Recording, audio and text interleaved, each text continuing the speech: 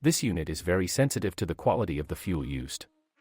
If you do not diagnose this system every 20,000 kilometers, then the problem of lost engine traction, unstable idle speed and difficulty starting the engine will inevitably arise. The disadvantages of the used second-generation Demio also include constant complaints about the front and rear bumper mounts breaking over time. This is not caused by the high quality of plastic body parts, which simply break in severe frosts.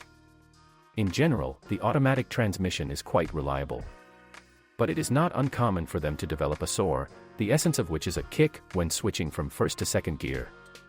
Often this problem is solved by simply changing the oil, but it also happens that the reason for this is severe wear and tear on the internal mechanisms of the automatic transmission, thereby condemning the owners to expensive repairs.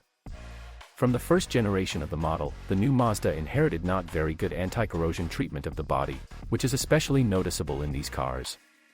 The front fenders suffer the most from this. Due to their design, they are heavily bombarded with water and dirt, which then has nowhere to drain. Stagnating in these problem areas, it leads to through corrosion. When purchasing a used car, many people advise doing additional body work in this area yourself.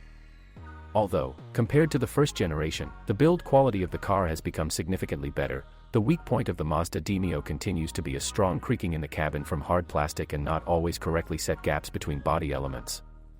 The front suspension of the car complements the list of shortcomings of the Mazda Demio, which, due to its excessive rigidity, greatly impairs the comfort of movement and quickly renders the front silent blocks and shock absorber struts unusable. The second-generation Demio can certainly be considered for purchase as an inexpensive, fairly stylish, compact, and unpretentious car. But with all the listed advantages, you can find many disadvantages in it. Many of the Mazda Demio's weaknesses have been carried over from its predecessor, and the question of whether this car is worth buying can only be answered positively if your budget is very limited and you want a Japanese foreign car.